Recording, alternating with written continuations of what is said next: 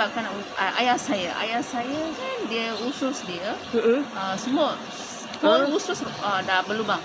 Oh, berlubang. Memang berlubang. So doktor kata perut dia usus tu kena dibuang dekat plastik. Pada masa tu I tak tahu nak buat apa, saya menangis-nangis. Saya cuba yang ini aloe vera. So masa tu I beli 1 botol saja aloe vera. Then I bagi ayah saya all the supplement. And darah dah berhenti. Darah yang dia buang masa dia buang air besar tu dia berhenti. Dia berhenti, dan pada masa tu I ada confidence. Okay.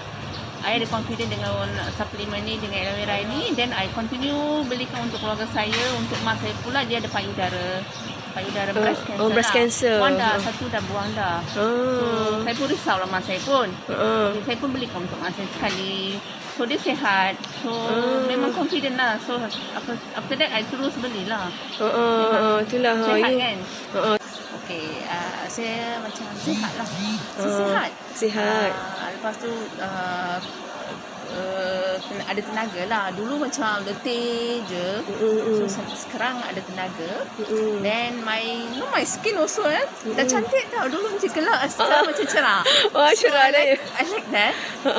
Lepas tu nak kata apa lagi Memang bagus lah Kak produk ni bagi saya lah. Memang bagus.